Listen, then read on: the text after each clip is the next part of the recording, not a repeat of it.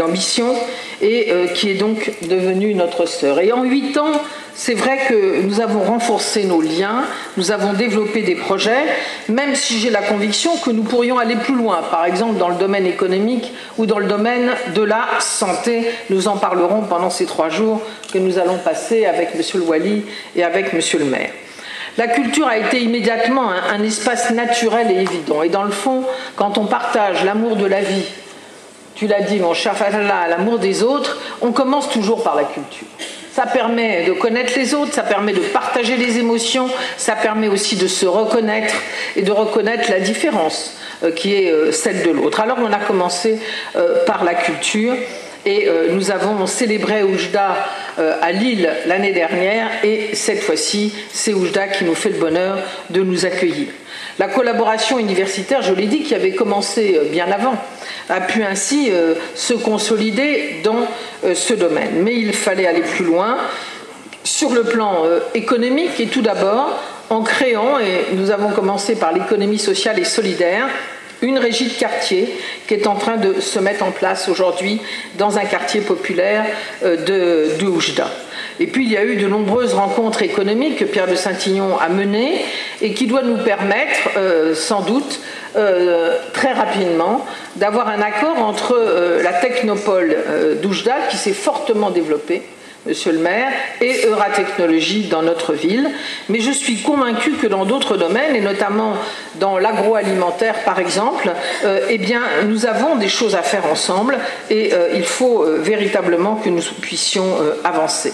En matière d'urbanisme et d'aménagement, ça a été peut-être le domaine où la ville de Lille a apporté rapidement ses compétences, qui bien sûr se sont mêlées à celles qui existaient ici, au moment de la rénovation du centre de la ville, les grandes artères, les places, les jardins. Il fallait vraiment réfléchir à la façon de faire une ville. Et aujourd'hui, quel résultat et quel succès, monsieur le maire. Pour l'avenir, nous travaillons main dans la main sur la rénovation de la gare qui devrait être, comme la gare Saint-Sauveur à Lille, l'ancienne gare, un lieu de convivialité, un lieu culturel où tout le monde se sente bien, quel que soit son âge, les familles, les jeunes, à tout moment de la journée en fonction des programmes que nous portons. Notre jumelage se construit aussi en matière d'action sociale et de lutte contre la précarité et je suis très heureuse du travail qui est mené par exemple par le centre Aïn Razal qui travaille sur les femmes victimes de violences avec le centre lillois Catri Afif. Je cite cela comme un exemple, parce que finalement, un jumelage, pour nous, ce n'est pas un lien institutionnel, des élus qui s'invitent à déjeuner, même si c'est toujours agréable pour moi la nourriture marocaine, bien évidemment. Vous vous en doutez. Et d'ailleurs, quand vous venez à Lille, nous faisons en sorte aussi qu'on continue à avoir de la cuisine marocaine, parce que nous avons, mon cher ami, un magnifique restaurant, la Mamounia, que je vous conseille à chaque fois que vous venez aller. C'est une petite page de publicité, mais elle vaut la peine. C'est pour vous donner des bons conseils. Et si je cite ce partenariat entre 2 associations, c'est parce que ces partenariats sont multiples. Nous ne sommes pas dans un jumelage institutionnel, nous sommes dans un jumelage entre des hommes et des femmes, des centres sociaux et des centres sociaux, des écoles avec des écoles, mais aussi des associations qui travaillent dans tous les domaines avec d'autres associations. C'est comme cela que nous aimons véritablement les jumelages. L'accès à la santé, je le disais tout à l'heure, nous n'avons pas assez avancé. Et j'aimerais bien que pendant ces 3 jours, nous voyions comment nous pouvons mettre en place ce que nous avions décidé et que nous n'avons pas suffisamment fait. Au-delà de cette belle cérémonie, eh bien, nous allons poursuivre pendant ces 2 jours, regarder les résultats de ce jumelage, mais aussi regarder des perspectives pour l'avenir. Je voudrais élargir un peu mon propos en vous disant que bien des villes françaises et européennes ont bâti des ponts avec l'autre rive de la Méditerranée et particulièrement avec le Maghreb. Car nous cultivons finalement, et nous sommes nombreux à le faire, une volonté d'une autre relation, je le disais, entre l'Europe et la Méditerranée. C'est l'idée que nous avons un avenir commun et un intérêt commun à instituer un véritable espace de prospérité, de paix et de démocratie qui pèsera dans le monde.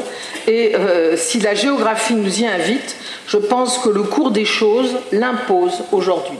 En tout cas, c'est ma conviction. Et je pense que si nos sociétés civiles travaillent depuis longtemps ensemble et qui nous montrent le chemin, je pense qu'il faut véritablement qu'entre l'Union européenne et la France évidemment au cœur de celle-ci, avec le sud de la Méditerranée, et j'ai dit comment le Maroc devait jouer un rôle central, et bien que nous puissions avancer. Ces propos ne sont pas anodins. Dans un pays, le Maroc, qui a des liens parmi les plus privilégiés avec l'Europe et qui occupe une position essentielle, je l'ai dit, au Maghreb.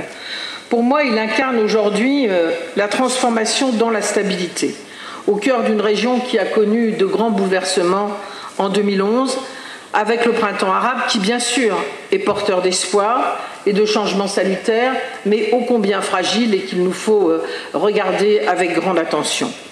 Il ne faut pas s'arrêter dans le progrès parce qu'on a peur, il faut au contraire essayer d'avancer.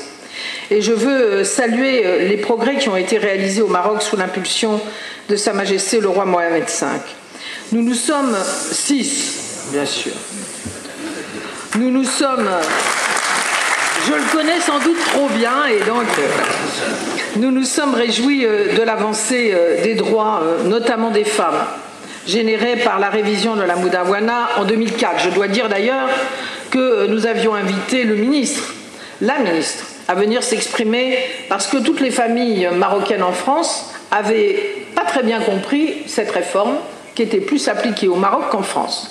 Donc nous avons invité les femmes marocaines à venir entendre ce qu'était cette réforme de la Moudawana et nous avons laissé les hommes dehors pour une fois. Voilà. Ça a été modérément apprécié, mais nous on a trouvé que c'était un beau symbole de ce que nous voulions finalement faire. Nous nous sommes aussi réjouis de la réforme constitutionnelle de 2011 que Mohamed VI a portée, ouvrant la voie d'un régime plus démocratique et respectueux de ses différentes identités et aussi d'un régime bien sûr soucieux avant tout de la continuité de l'État, on l'a vu récemment.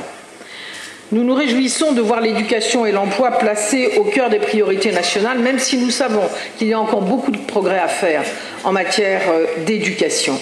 Je sais aussi quelle est la volonté de Sa Majesté d'avancer vers la régionalisation et vers une véritable décentralisation. Là aussi, la modernité passe par là. Et je pense que ces premiers signes de ces réformes ont été importants pour les Marocains qui sont épris de justice, de liberté et de démocratie. Il faut évidemment que cette transition entamée se poursuive. C'est essentiel pour le Maroc, mais je crois que c'est aussi essentiel pour le Maghreb. Je voudrais me permettre, dans une journée qui n'est pas simple, puisque Rabat vient de rappeler son ambassadeur d'Algérie, dire que ma conviction profonde, c'est que sans un Maghreb uni, une grande région méditerranéenne ne pourra pas se construire. Et je crois que le rôle du Maroc ici est très important. Je le dis, ce chemin sera long et erratique. Et si je le dis, c'est parce que je suis une Européenne absolument sans doute, même si, et si je le dis en parlant de l'Europe, c'est parce que vous savez que l'Europe aujourd'hui est totalement perdue, ne retrouve plus son sens et ne sait plus où aller. Les pères fondateurs doivent se retourner dans leur tombe. Donc je sais combien c'est difficile, mais je sais aussi combien dans le monde actuel c'est une nécessité absolue. Et donc il va falloir laisser de côté les intérêts particuliers dans un monde en crise où priment les rapports de force. Et il va falloir en Europe, comme ici au Maghreb, savoir se retrouver pour ensuite travailler ensemble parce que, alors on ne peut plus employer l'Union Euro-Méditerranée, vu ce qu'elle en est devenue et vu ce qui était à la tête de ce projet, mais disons pour une alliance entre l'Europe et la Méditerranée, un espace euro-méditerranéen qui, pour moi, est véritablement essentiel. Parce que, dans le fond, nous n'allons pas parler d'économie, nous allons parler d'une alliance de civilisation et de coopération, d'une alliance stratégique qui doit peser dans les affaires du monde et non d'une relation condescendante entre le Nord et le Sud ou d'une relation qui ne devrait pas nous amener à peser, comme je l'ai dit, dans le monde. Le rêve commun Je sais que nous sommes nombreux à le partager, et notamment, je le disais tout à l'heure, Fatala Walalou, nous devons essayer de le porter. Cet espace euro-méditerranéen, c'est d'abord une nécessité économique. Non pas que j'aime commencer par le marché et par l'économie, mais dans cette période de crise quand même, là où le monde s'organise, on le voit bien entre les États-Unis, le Canada et le Mexique avec l'ALENA, en Amérique du Sud avec le Mercosur, en Asie avec ASEAN, il nous faut réaliser un grand marché. Et ce grand marché ne peut pas se faire sans que l'Europe et la Méditerranée soient réunies. Il nous faut travailler pour une croissance qui soit à la fois soutenue et respectueuse de l'environnement et des hommes. Nous devons apprendre à être à la fois compétitifs et solidaires. Mais cette alliance euro-méditerranéenne, c'est avant tout un enjeu social et sociétal. Cette union doit être un espace où l'on garantit des droits sociaux élémentaires pour chacun, le droit à l'éducation, à la santé, au logement, et j'ajouterai à la culture. Un espace aussi de démocratie et de décentralisation, où s'exprime la tolérance et l'ouverture d'esprit. Un espace qui réponde aux grands défis qui nous sont communs, qu'il s'agisse de celui du développement durable, que je pense aux gros problèmes du climat, de l'eau, de l'énergie, mais aussi de la lutte contre les inégalités qui sont sans cesse plus grandes dans le monde. Donc nous devons passer par cette relance du dialogue entre l'Europe et la Méditerranée pour avancer. Je suis convaincue que la France, du côté européen, et le Maroc, du côté du Maghreb, et demain, comme pont vers l'Afrique, doivent jouer un rôle leader pour que ceci puisse exister. Nous devons promouvoir un autre modèle de société, un autre monde. Nous sommes voisins, nos histoires nous sont liées, et je dirais peut-être plus qu'autre chose, nous avons la conviction, les uns et les autres, que c'est la volonté des hommes qui change les sociétés.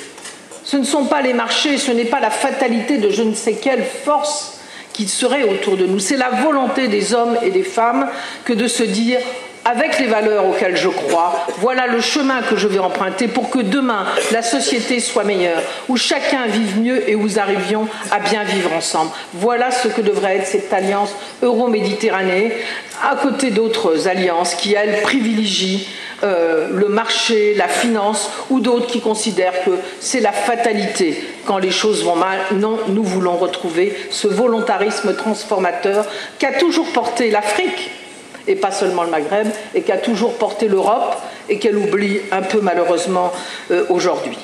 J'en terminerai en disant que si j'ai souhaité insister là-dessus, c'est parce que nous le savons, notre monde va mal, et la crise que nous traversons n'est pas un incident de parcours, comme nous en avons vécu dans les années 70 par exemple. Nous sommes là devant vraiment une crise de système, et la logique qui mène le monde nous mène au mur.